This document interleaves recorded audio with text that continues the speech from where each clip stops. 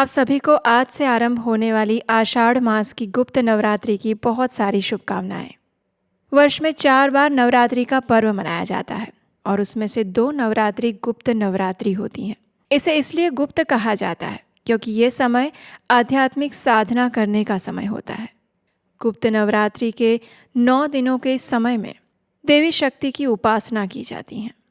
चैत्र और शारदीय नवरात्रि के सार्वजनिक उत्सव में दुर्गा देवी के 9 विभिन्न स्वरूपों की पूजा की जाती है और गुप्त नवरात्रि के अंदर देवी दुर्गा की 10 महाविद्याओं की उपासना की जाती है। और ये 10 महाविद्याएं हैं माँ काली, माँ तारा, माँ त्रिपुर सुंदरी, माँ भुवनेश्वरी, माँ त्रिपुर भैरवी, माँ छिन्नमस्ता, माँ धूमावती, माँ बगलामुखी, माँ मातंगी और माँ कमला। और इस बार आषाढ़ मास की गुप्त नवरात्रि का आरंभ आज से यानी कि 15 जुलाई 2026 बुधवार के दिन से हो रहा है और ये नवरात्रि समाप्त होगी 23 जुलाई 2026 गुरुवार के दिन। आषाढ़ मास की नवरात्रि के आज पहले दिन घट स्थापना का मुहूर्त रहेगा। सुबह 5:33 से आरंभ होके 10:09 के बीच में और ये प्रतिपदा तिथि का आरंभ हो रहा है 14 जुलाई 2026 दोपहर 3:12 से और ये समाप्त होगी 15 जुलाई 2026 सुबह 11:50 के बीच में। और इसीलिए आषाढ़ गुप्त नवरात्रि के पहले दिन घट स्थापना का मुहूर्त हमें प्रातः काल में प्राप्त हो रहा है जब प्रतिपदा तिथि विद्यमान रहेगी। और इसीलिए आज से हम आरंभ करने जा रहे हैं ये गुप्त नवरात्रि की दिव्य विशेष कथाओं को। ये मात्र 9 दिनों का उत्सव नहीं है बल्कि आदि शक्ति माँ की कृपा को अपने जीवन में जागृत करने का एक सुंदर अवसर भी है। इन 9 दिनों के दौरान हम शास्त्रों के आधार पर देवी शक्ति के उन दिव्य स्वरूपों की कथा सुनेंगे, उनकी महिमा को और इस गुप्त नवरात्रि के रहस्य को समझने का प्रयास करेंगे। तो आइए श्रद्धा और विनम्रता के साथ माँ जगदम्बा का स्मरण करते हुए आज से आरंभ होने वाली आषाढ़ मास की गुप्त नवरात्रि कथा श्रृंखला को आगे बढ़ाते हैं और सुनते हैं आज की आषाढ़ गुप्त नवरात्रि व्रत कथा को। आज की कथा आरंभ करते हैं। हमारे शास्त्रों में वर्णन आता है पौराणिक समय में एक समय दुर्गम नाम का एक भयंकर राक्षस उत्पन्न हुआ था। उसने समस्त ब्रह्मांड को अपनी बल, शक्ति और सामर्थ्य से अपने अधीन कर लिया था। उसके अत्याचारों के कारण स्वर्ग के देवता भी त्रस्त हो चुके थे और इसलिए उस राक्षस का वध करने के लिए सभी देवतागण माँ पार्वती के पास आते हैं। माँ पार्वती की प्रार्थना करते हुए वे सभी देवतागण आर्त पुकार करते हुए कहते हैं, हे जगत जननी जगदम्बे, इस समय हम अत्यंत कठिन परिस्थिति में हैं और उसमें से मात्र आप ही हमारा उद्धार कर सकती हैं। हे देवी शक्ति माँ दुर्गा, आप हम पर कृपायमान होइए, हमारी रक्षा कीजिए। देवताओं की इस प्रकार आर्त प्रार्थना सुनने के बाद माता पार्वती अपने शरीर से अपनी शक्ति का एक अंश भगवान शिव को समर्पित करती हैं और उस समय भगवान शिव के तीसरे नेत्र से एक दैवी शक्ति प्रकट होती है जिनका वर्ण घने अंधकार के जैसा श्याम था। 10 दिशाएं ही उनके वस्त्र थे। उन्होंने मुंडमाला धारण की हुई थी। उनकी जीभ बाहर में थी। वे अत्यंत क्रोध में थी। उनके नेत्र और जीवा लाल रंग के दिखाई दे रहे थे और अंततः वो देवी जाकर उस दुर्गम नाम के असुर का वध करती हैं। देवी महात्म्य में वर्णन आता है कि माँ काली की एक और पौराणिक कथा थी। जब देवी दुर्गा और रक्तबीज नामक असुर के बीच में घोर युद्ध हो रहा था, उस समय रक्तबीज को एक विशेष वरदान मिला हुआ था। उसके रक्त की जो भी बूंदें धरती पर गिरती उससे एक नया रक्त बीज उत्पन्न हो जाता।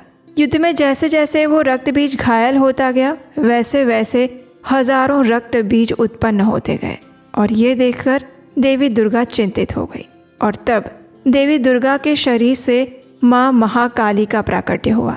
माँ काली का ये विशेष उद्देश्य था कि रक्त बीज के रक्त को धरती पर गिरने से पहले ही वो पी जाए। माता काली ने अपनी विशाल जीवा से रक्त बीज के प्रत्येक रक्त बिंदु को आकाश में ही पी लिया, उसे जमीन पर गिरने नहीं दिया और इस प्रकार और रक्त बीज उत्पन्न होने से उन्होंने बचा लिए। अंततः माता काली ने रक्त बीज का संपूर्ण रूप से संहार कर दिया।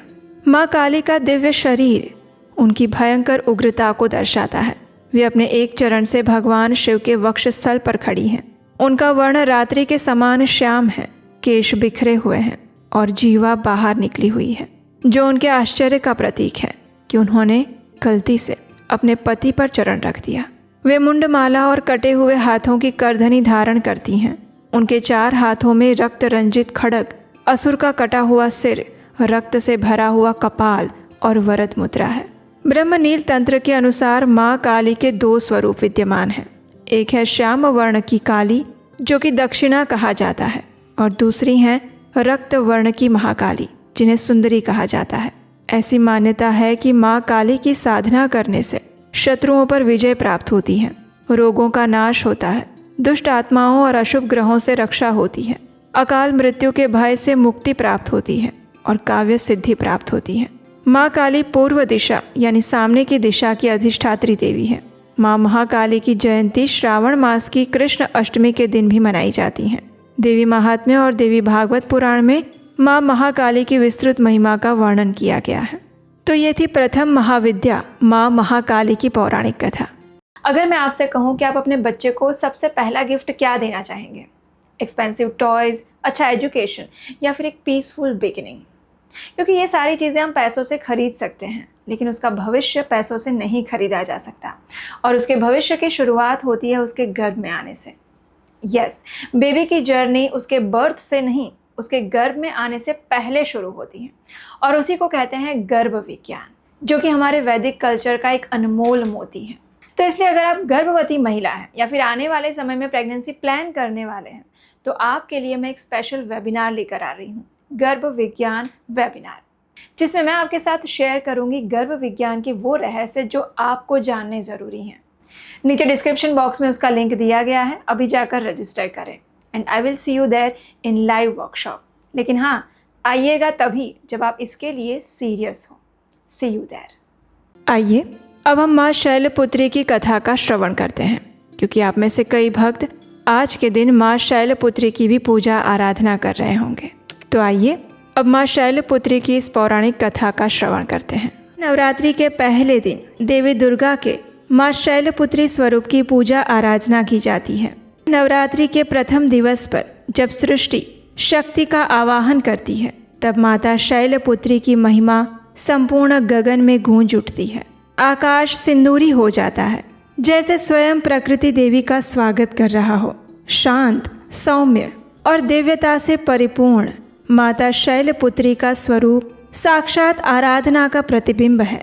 उनके एक हाथ में त्रिशूल, दूसरे में कमल और वाहन के रूप में नंदी बैल विराजमान है, और ये सभी प्रतीक उनके अटल धैर्य, कोमल करुणा और स्थिर निष्ठा की ओर लक्षित करते हैं। पर्वतराज हिमालय की पुत्री होने के कारण देवी दुर्गा को शैलपुत्री के नाम से जाना जाता है। इस मनवंतर के आरंभ में दक्ष प्रजापति की अनेक पुत्रियां थीं। सभी गुणवान, चारित्र्यवान थीं, लेकिन फिर भी दक्ष के मन में संतोष नहीं था। वो एक ऐसी पुत्री को प्राप्त करना चाहते थे जो सर्वगुण संपन्न हो और देवी दुर्गा का ही स्वरूप हो, जो सर्व विजयी हो। और इसी इच्छा से प्रजापति दक्ष ने एक कठिन तपस्या आरंभ की। अनेक वर्षों तक उन्होंने कठोर तप किया और आखिरकार देवी भगवती को उन्होंने प्रसन्न कर लिया। जब देवी दुर्गा उनके समक्ष प्रकट हुई तो प्रजापति दक्ष ने उनसे अपनी पुत्री के रूप में जन्म लेने का वरदान मांगा, और दक्ष प्रजापति की इच्छा को पूर्ण करते हुए देवी दुर्गा ने कहा, हे राजन, मैं तुम्हारे तप से प्रसन्न हूँ। मैं स्वयं पुत्री रूप में तुम्हारे घर पर जन्म लूंगी और मेरा नाम सती होगा। इस प्रकार देवी शक्ति ने सती रूप में दक्ष प्रजापति के घर जन्म लिया। देवी सती प्रजापति दक्ष की सभी पुत्रियों में सबसे श्रेष्ठ थी। बाल्यकाल से ही उन्होंने अनेक चमत्कारिक लीलाएं की, और ये देखकर स्वयं दक्ष प्रजापति भी आश्चर्यचकित रह जाते थे।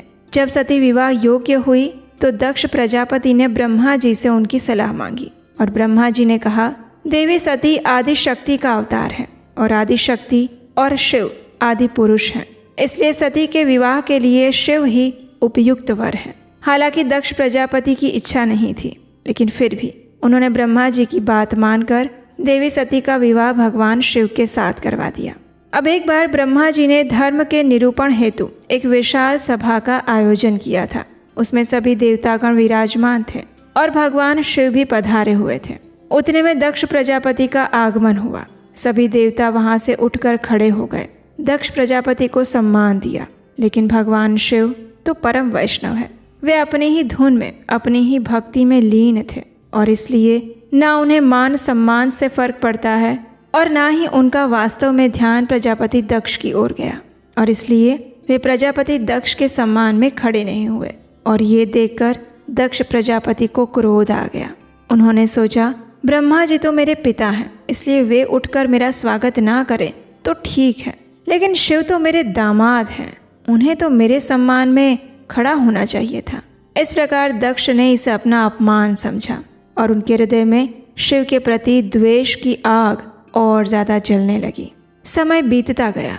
माता सती और भगवान शिव का दाम्पत्य जीवन चल रहा था।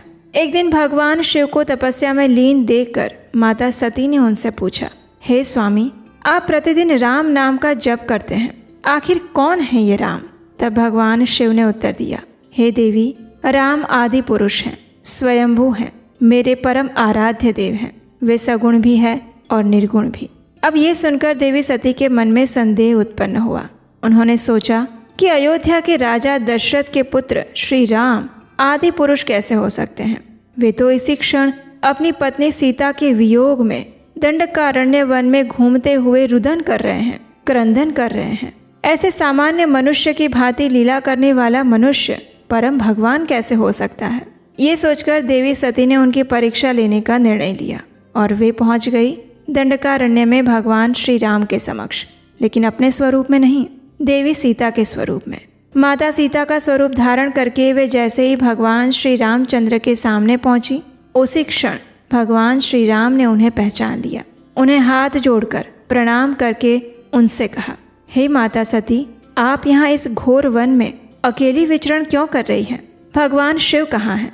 जैसे ही देवी सती ने ये सुना तो वे आश्चर्यचकित रह गई। वो समझ चुकी थी कि ये सच में आदि पुरुष भगवान हैं। वे सिर्फ मनुष्य स्वरूप में लीला कर रहे हैं। इस परीक्षा को लेने के बाद उदास मुख से वे वापस कैलाश पर आ गई और आकर उन्होंने भगवान शिव से सारा वृत्तांत कह सुनाया। और ये सुनकर भगवान शिव ने कहा, हे सती, तुमने भगवान श्री रामचंद्र की परीक्षा लेने के लिए माता सीता का स्वरूप धारण किया था। अब तुम मेरे लिए पूजनीय हो गई हो। अब हमारे बीच पति पत्नी का संबंध नहीं रह सकता। ये सुनकर सती अत्यंत दुखी हुई और भगवान शिव इतना कहकर समाधि में लीन हो गए। अब दिन बीतते गए। एक समय दक्ष प्रजापति ने एक महान यज्ञ का आयोजन किया और उस यज्ञ में उन्होंने सभी देवताओं को आमंत्रित किया। यक्ष, गंधर्व, किन्नर, सभी देवता, असुर, पाताल लोक के निवासी, नाग लोक के निवासी, इस संपूर्ण सचराचर जगत में ऐसा कोई नहीं था जो दक्ष के उस यज्ञ में आमंत्रित ना हो, सिवा एक व्यक्ति के, और वो थे भगवान शिव और देवी सती। जब सती को इस बात का पता चला तो वो दुखी हुई। उसका मन किया कि मैं भी पिता के वहाँ यज्ञ में जाऊं, और वो पहुँच गई अपने स्वामी भगवान शिव के पास। सती ने भगवान शिव के पास जाकर कहा, स्वामी, मेरे पिता एक बहुत बड़ा यज्ञ कर रहे हैं, हमें भी उस यज्ञ में जाना चाहिए।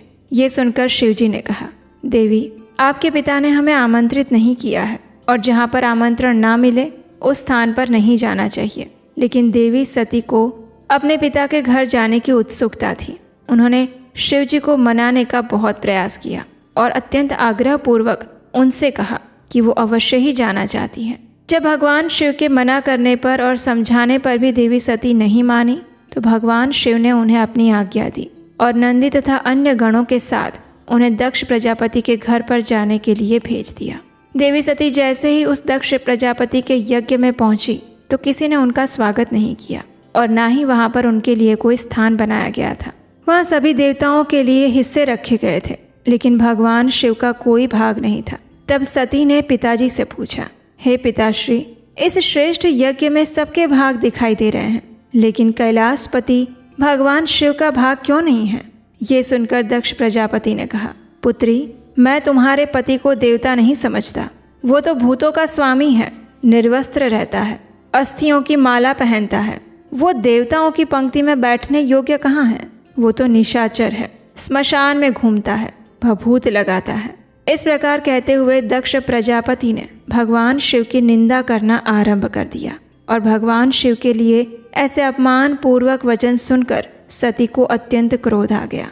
उनका मुख प्रलय काल के सूर्य के समान दमकने लगा। वे अत्यंत पीड़ा और अपमान से तिलमिलाते हुए कहने लगी, हाय, मैं ये शब्द कैसे सुन सकती हूँ? मुझे धिक्कार है। हे देवताओं, तुम सबको धिक्कार है। तुम भी उन कैलाशपति के लिए ये शब्द कैसे सुन सकते हो जो मंगल के प्रतीक हैं, जो क्षण मात्र में संपूर्ण सृष्टि को नष्ट करने की क्षमता रखते हैं। वे मेरे स्वामी हैं और नारी के लिए उसका पति ही स्वर्ग होता है। जो नारी अपने पति के लिए अपमानजनक शब्द सुनती है उसे नर्क में जाना पड़ता है। हे पृथ्वी, ध्यान से सुनो। हे आकाश, तुम भी सुनो। देवताओं, मेरे शब्द ध्यान पूर्वक सुनो। मेरे पिता ने मेरे स्वामी का अपमान किया है। मैं अब एक क्षण भी जीवित नहीं रह सकती। इतना कहकर देवी सती ने अपने शरीर की ज्वाला से अग्नि प्रकट की और दक्ष प्रजापति के उसी यज्ञ कुंड में कूदकर उन्होंने अपनी आहुति दे दी। यक्ष के यज्ञ में इस प्रकार देवी सती का अग्निदाह देखकर चारों ओर हाहाकार मच गया। जब भगवान शिव को इस बात का पता चला तो उन्होंने क्रोध में आकर वीरभद्र को उस यज्ञ को नष्ट करने के लिए भेजा और वीरभद्र और भगवान शिव के अनेक गणों ने उस संपूर्ण महान यज्ञ को ध्वंस कर दिया। देवता और ऋषि मुनि भागने लगे और वीरभद्र ने तुरंत ही दक्ष प्रजापति का सिर काट दिया और फिर भगवान शिव वहां पर आकर देवी सती के मृतदेह को लेकर संपूर्ण पृथ्वी पर तांडव करने लगे। वे स्वयं को भूल गए। उन्होंने देवी सती के जले हुए शरीर को कंधे पर रख लिया और सभी दिशाओं में भ्रमण करने लगे। उनके इस अलौकिक प्रेम को देखकर पृथ्वी रुक गई, हवा रुक गई और जल का प्रवाह ठहर गया। संपूर्ण सृष्टि व्याकुल हो गई और भयानक संकट को देखकर सृष्टि के पालक भगवान विष्णु आगे आए। उन्होंने अपने सुदर्शन चक्र से देवी सती के शरीर के अंगों को काटना शुरू किया और इस प्रकार देवी सती के शरीर के विभिन्न अंग 51 स्थानों पर गिरे। जब वे सारे अंग कट गए तब भगवान शिव पुनः अपनी सामान्य अवस्था में आए और सृष्टि के सारे कार्य फिर से चलने लगे। धरती पर जिन 51 स्थानों पर देवी सती के अंग गिरे थे वे आज शक्तिपीठ के नाम से जाने जाते हैं और आज भी उन स्थानों में देवी माता की पूजा और उपासना की जाती है। दक्ष प्रजापति की एक और पुत्री थी और उसका नाम था स्वधा। उसका विवाह पितरों के साथ हुआ था और इन पितरों की 3 मानसी पुत्रियां थी, मैना, धन्या और कलावती। अब एक समय ऐसा हुआ कि ये तीनों कन्याएं भगवान विष्णु का दर्शन करने के लिए श्वेत द्वीप में पधारी और उसी समय 4 कुमार भी वहां आ गए। इन चारों सिद्ध गणों को देखकर भी वहां उपस्थित सभी लोगों ने खड़े होकर उनका स्वागत किया, लेकिन पितरों की ये 3 कन्याएं अपने स्थान से नहीं हिली और ये देखकर चारों कुमार उन पर क्रोधित हो गए। उन तीनों को स्वर्ग से दूर होकर नर स्त्री बनने का श्राप दिया। इस अभिशाप को सुनकर तीनों कन्याएं उनके चरणों में गिरकर क्षमा याचना करने लगी। आखिर इन तीनों पर दया करते हुए चतुष्कुमार ने इन्हें कहा कि सबसे बड़ी कन्या मैना को पर्वतराज हिमालय की पत्नी बनने का अवसर मिलेगा और वो देवी पार्वती की माता होगी जो कि स्वयं जगदम्बा के रूप में प्रकट होंगी। दूसरी कन्या धन्या को महाराज जनक की पत्नी और देवी सीता की माता होने का वरदान दिया और तीसरी कन्या कलावती को वृषभानु वैश्य की पत्नी और देवी राधा की माता होने का वरदान मिला। इस प्रकार वरदान पाकर तीनों कन्याएं श्वेत द्वीप से अपने घर लौट आई और वरदान के अनुसार प्रथम कन्या मैना का विवाह पर्वतराज हिमालय के साथ करवा दिया गया। विवाह के बाद सभी देवी देवता राजा हिमालय और देवी मैना के पास आए और उन्हें कठोर तपस्या के द्वारा देवी उमा को अपनी पुत्री रूप में प्राप्त करने का अनुरोध किया। ऐसा आवश्यक था क्योंकि उस समय सभी देवी देवता तारकासुर नामक राक्षस के क्रोध से त्रस्त रहते थे। उसे केवल महादेव जी का पुत्र ही मार सकता था और देवी सती के आत्मदाह के कारण ये कार्य अधूरा रह गया था। इसलिए इस कार्य को पूरा करने के लिए देवी सती को पार्वती के रूप में अपना अगला जन्म लेना था।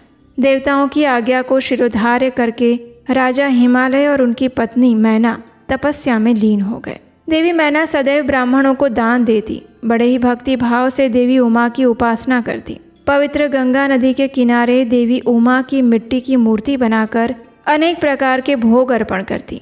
कठोर व्रत का पालन करते हुए कभी निराहार रहती तो कभी जल पर ही निर्भर रहती। एक समय तो उन्होंने केवल वायु पर ही जीवन यापन किया। इस प्रकार कठोर तपस्या करते हुए उन्हें 27 वर्ष बीत गए। इतने लंबे काल तक तपस्या करने के बाद जगदम्बा उमा देवी मैना से प्रसन्न हुई और तब उन्हें दर्शन देकर वरदान मांगने के लिए कहा। तब देवी मैना ने उनसे आग्रह किया कि वे स्वयं उनकी पुत्री के रूप में अवतार धारण करें। देवी उमा ने प्रसन्न होकर उन्हें ये वरदान दे दिया और इस प्रकार स्वयं देवी दुर्गा भगवती पर्वतराज हिमालय के घर पर उनकी पुत्री के रूप में पार्वती स्वरूप में अवतरित हुई। हिमालय पर्वतों के राजा थे और पर्वत को शैल भी कहा जाता है और इसीलिए पार्वती का नाम शैलपुत्री भी पड़ा और उनका एक अन्य नाम हेमवती भी है। और आज नवरात्रि के पहले दिन हम माता शैलपुत्री की इस कथा का श्रवण करते हैं। तो ये थी आज की माता शैलपुत्री की सुंदर पौराणिक कथा।